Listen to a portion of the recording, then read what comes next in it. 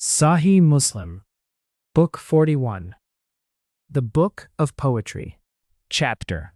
Amr b. Sharid reported his father as saying, "One day when I rode behind Allah's Messenger, sallallahu alaihi wasallam, he said to me, 'Do you remember any poetry of Umayyah bin Abu Salt?' I said, 'Yes.' He said, 'Then go on.' I recited a couplet, and he said, 'Go on.'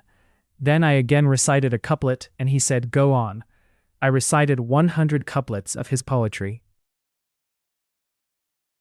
This hadith has been reported on the authority of Sharid through another chain of transmitters, but with a slight variation of wording. Amr b. Sharid reported on the authority of his father that Allah's Messenger, sallallahu alaihi wasallam, asked him to recite poetry.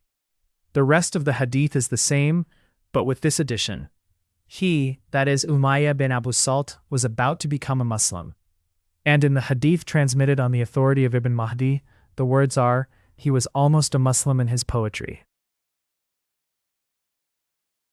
Abu Huraira reported Allah's Messenger, sallallahu alaihi wasallam, as saying, "The truest word spoken by an Arab, pre-Islamic in poetry, is this verse of Labid, 'Behold, apart from Allah, everything is vain.'" Abu Huraira reported Allah's Messenger sallallahu alaihi wasallam as saying, "The truest word uttered by a poet is this verse of Labid, 'Behold, apart from Allah, everything is vain.' And Umayyah bin Abu Salt was almost a Muslim." Abu Huraira reported Allah's Messenger sallallahu alaihi wasallam as saying, "The truest verse recited by a poet is, 'Behold, apart from Allah, everything is vain.' And Ibn Abu Salt was almost a Muslim."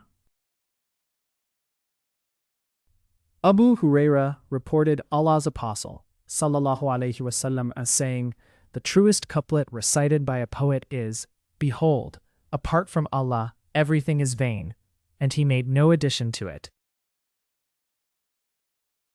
Abu Huraira reported, "I heard Allah's Messenger, sallallahu alaihi wasallam, as saying, 'The truest word which the poet stated is the word of Labid.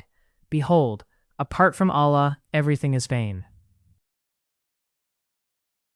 Abu Huraira reported Allah's Messenger, wallahu anhu, as saying, "It is better for a man's belly to be stuffed with pus, which corrodes it, than to stuff one's mind with frivolous poetry."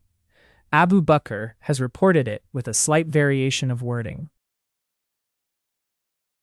Sa'd reported Allah's Apostle, wallahu wasallam, as saying, "It is better for the belly of any one of you to be stuffed with pus, rather than to stuff one's mind with poetry."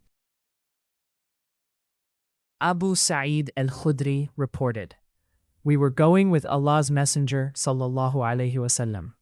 As we reached the place known as Arj, there met us a poet who had been reciting poetry.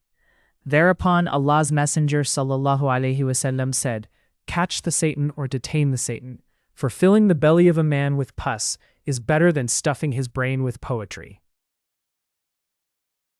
Chapter. The Prohibition of Playing Nardashir. Buraidah reported on the authority of his father that Allah's Apostle, sallallahu alaihi wasallam, said, "He who played Nardashir, a game similar to backgammon, is like one who dyed his hand with the flesh and blood of swine." Book 41. The Book of Poetry. Complete.